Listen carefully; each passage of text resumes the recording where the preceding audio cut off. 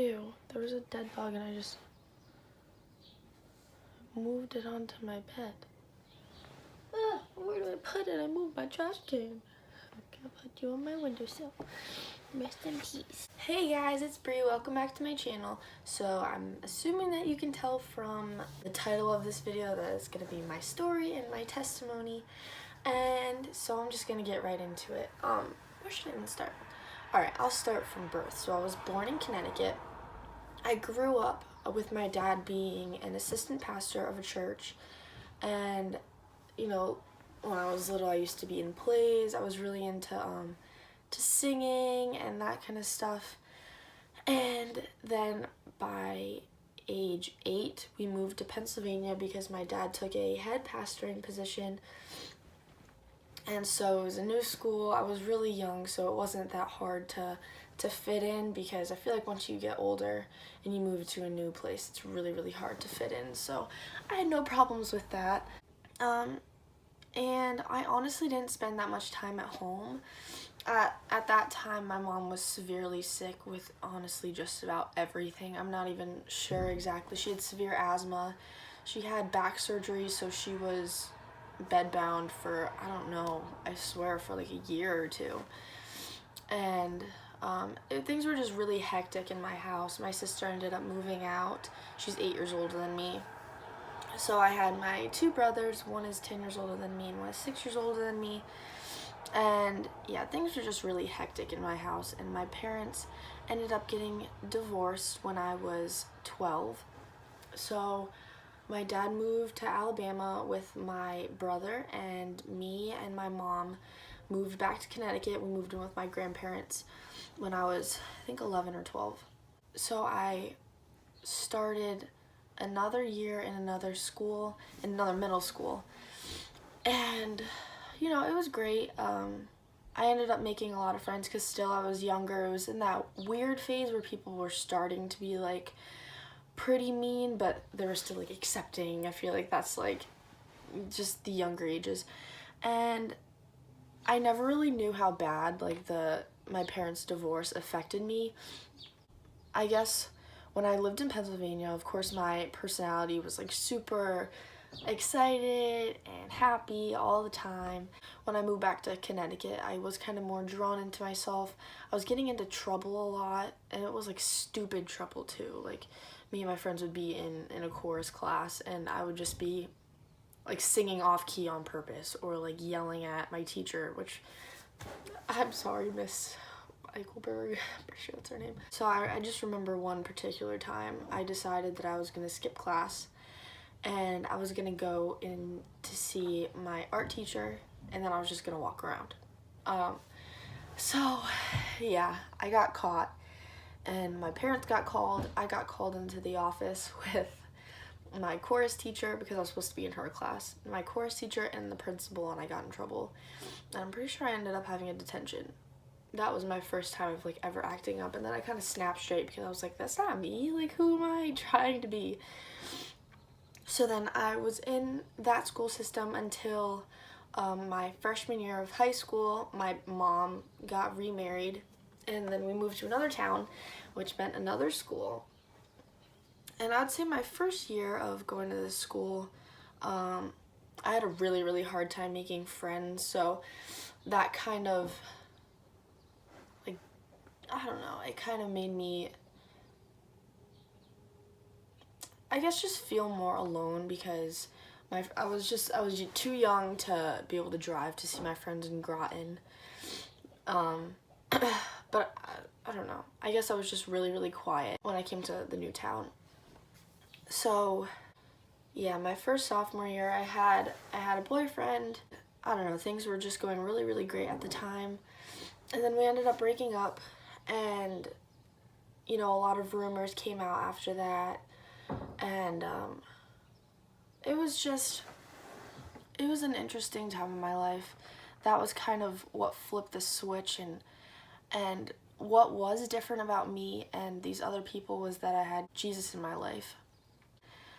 You know, I feel like most believers can, like, relate to that we have a hard time fitting in, but the truth is, like, we're not supposed to fit in, you know, because we have Christ in our life. We're not supposed to be like the world. But that's the one difference that we have, is that we have Christ in our life and we're not supposed to be like the world. So of course we're gonna have a hard time fitting in. But my sophomore or my junior year, I guess at that time I thought friends were more important, so I decided to kind of walk away from God and kind of do things to try to get the attention of others. And that was my first big mistake. Then my senior year came. Have you ever felt like you're there, but it feels like someone else is like controlling your body? Like you're just kind of going through the motions of stuff, and like you end up doing stuff and you're like, why did I even do that? Like, that's not something that I would do, but I did it. You know what I mean? Like, I'm not sure how to explain it, but I went through my senior year like hurting so many people and just doing stuff that I never thought that I would ever do. And honestly, I remember staying up at night just like praying to God, like, God, like, please, can you hear me? Like, and you can see some of these Bible verses. I have Bible verses that are up on my wall because I wanted the devil to know, like, yeah, I've got God on my side. Like, you can't, like, this is a battle that I'm gonna win, or that I'm gonna win because I have God in my life. So I just remember staying up night after night, and I think that's what God wants us to do. He wants us to keep praying and asking for him. And so I just remember one particular night I stayed up and I was like, God, like, I need you in my life. Like, I can't keep on going like this. And I just remember I started crying, which I'm about to cry right now. And from that night, I just remember like a breakthrough. It was after I graduated. And I just remember I was terrified of going to college and like facing new people. So I just remember staying up and I was like, God, like, I need you in my life again, and I can't go on without you. Like, you see the things that I've done and the people that I've hurt.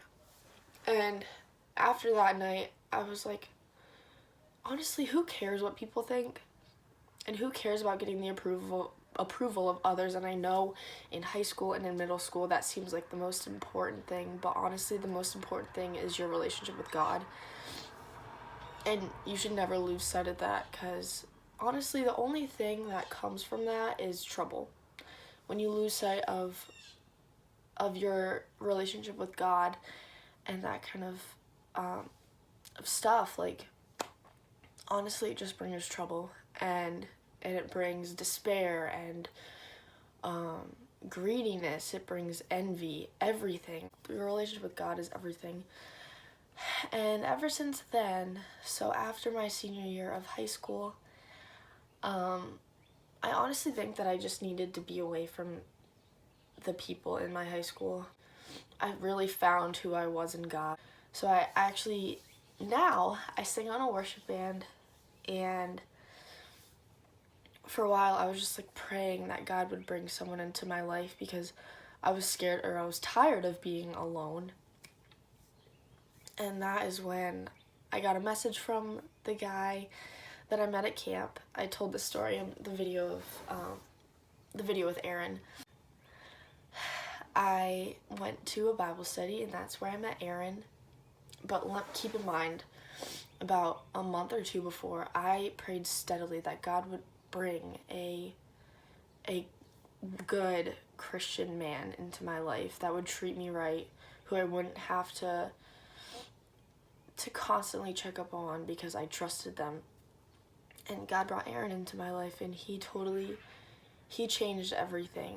Like, for the longest time, I had a hard time trusting guys, and in return, I did things to hurt guys. And you know what I mean? Like, once you find the person that you're going to be with, it totally changes everything.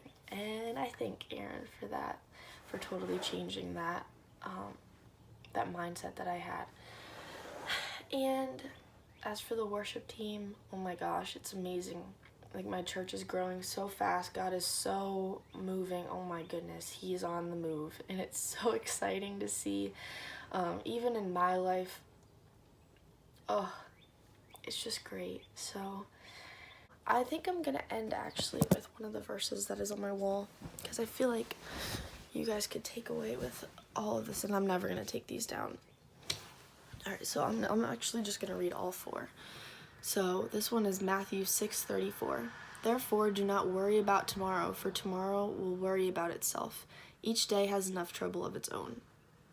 I really like that one, because you know, I still struggle with this, where I worry about things in the future. I worry about tomorrow, and there's enough worries in the day that you're in alone that you shouldn't be worrying about that stuff, because honestly, it's just not worth it. You don't know what's really going to happen, so it's better to worry about today. And this one is Psalms 94:19. When anxiety is great within me, your comfort brings me joy. At the time when I wrote this, it was kind of just, it was relieving to write this, because, you know, God is there to take your anxiety, to take your fear, to take your struggles and put it on himself, so you don't have to endure that. You don't have to go through that stuff. I mean, of course you're gonna have to face that stuff, but God is there with you to take that and pick it up to help you. And this one is also one of my favorites. For I am convinced that neither death nor life, neither angels nor demons, neither the present nor the future, nor any powers, neither height nor depth, nor anything else in all creation will be able to separate us from the love of God. Romans 8:38-39.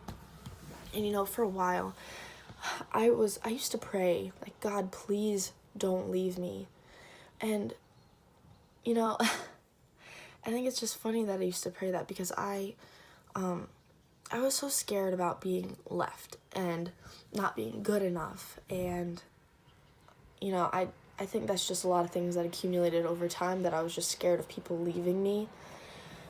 But God never leaves us. He is the one thing in life that will be steadfast and will not leave us. It's us that leaves. It's us that walks away. God does not move. He is there, and he is there with open arms when you're ready to come back. That's what I love about him.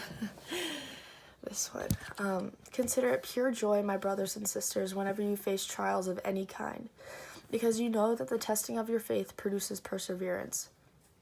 Let perseverance finish its work, so that you may be mature and complete, not lacking anything. That's James 1:2-4.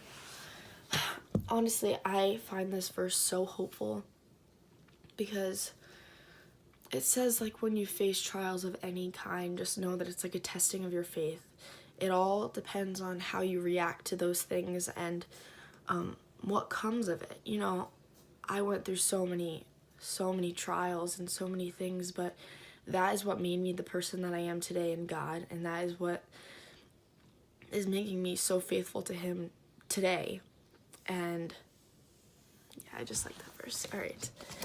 Fear not, for I am with you. Do not be dismayed, for I am your God. I will strengthen you. Yes, I will help you.